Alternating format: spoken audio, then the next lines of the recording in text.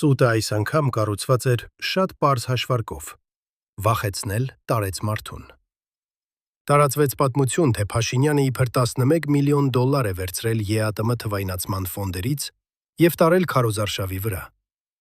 Հետո նույն սուտը կապեցին թոշակների հետ։ Ասացին. թոշակները կկրճատվեն 25%-ով, կենսաթոշակային տարիքը կդառնա 67։ Սա պատահական լուր չէր։ Սա հոգեբանական հարված էր ամենախոցելի տեղին։ Մարդը լսում է 25%, 67 տարեկան, 11 միլիոն դոլար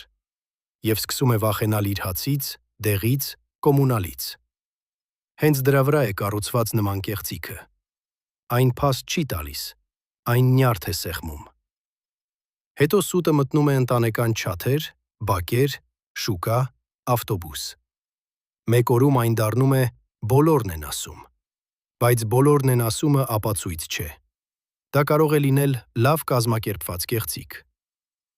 Ընտրություններից առաջ քեզ վախեցնող լուրը ստուգիր 2 անգամ։ Ո՞վ է գրել։ Որտե՞ղ է փաստաթուղթը։ Ո՞ւմ է ձեռնտու, որ դու վախից քվեարկես կամ ընդհանրապես չգնաս։ Հունիսի 7-ին մի թող, որ քո թոշակի անունով քեզ օգտագործեն։ Գնա ընտրության։ Քվեարկիր փաստով, ոչ թե վախով։